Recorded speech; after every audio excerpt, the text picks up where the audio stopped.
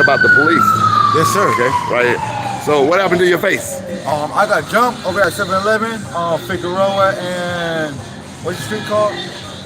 54? Figueroa and 54th.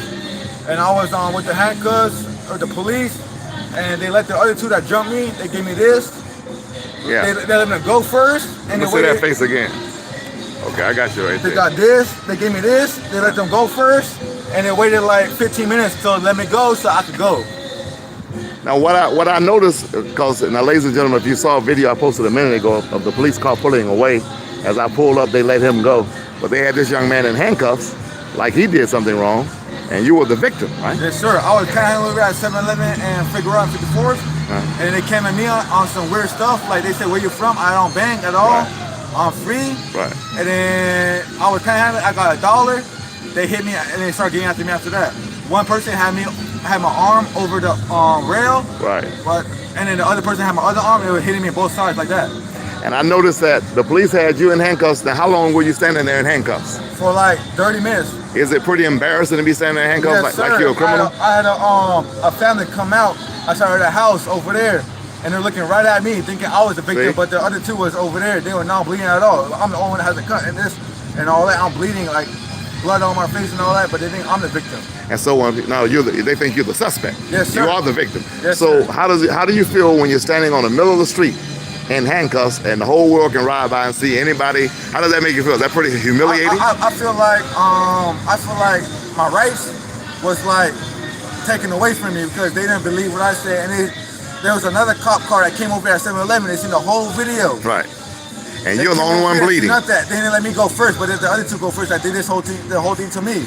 Right. They seen that I reacted after them. Right. I reacted after them. Right. And then the second police car that came over there was two police cars. One at first, the second one came after like 5 minutes later. They came over here, came over for like 10, 15 minutes. They went back over there, and they told them they had to go somewhere else because they had another call. Right. And then that's when it said I reacted from the other two because they came at me first. I was walking down this way towards Avalon and all that. And when I saw you, your face was full of blood. Yes, sir. So I gave you that towel there to clean yourself up and some alcohol. Yes, Feel a little bit better now? Yes, sir. We're gonna get you a Band-Aid and get you healed up. And what makes me especially upset, ladies and gentlemen, this is a homeless young man. Yes, sir. I'm on 55th Hoover. Right. Who is in a shelter currently. So he's one of our people, so to speak. And over here trying to panhandle, looking for a job. And then he gets, banged on. And then the police treat him as if he is the suspect. He's the culprit.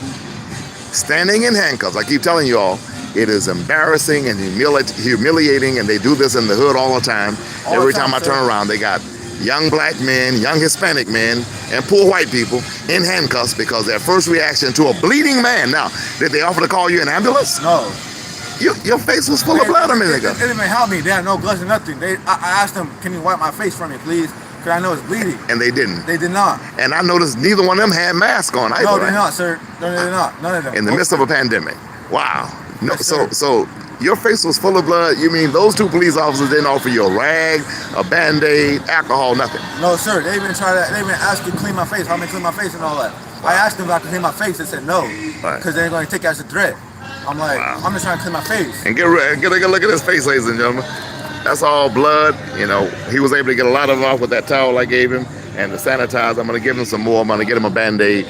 We have the police the police. FTP, film the police everywhere you go. Like this video, share it with your friends, tell everybody about it, subscribe to this channel.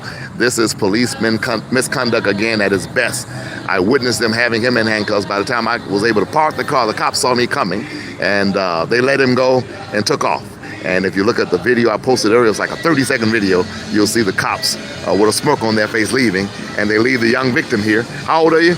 20, sir. 20, okay. Yes, and what's sir. your first name? Richie. Richie, okay, Yes, Richie. sir. So, ladies and gentlemen, pray for him, and we'll see what else we can do to help him. Share this video. Keep the faith. Appreciate you, sir. All right.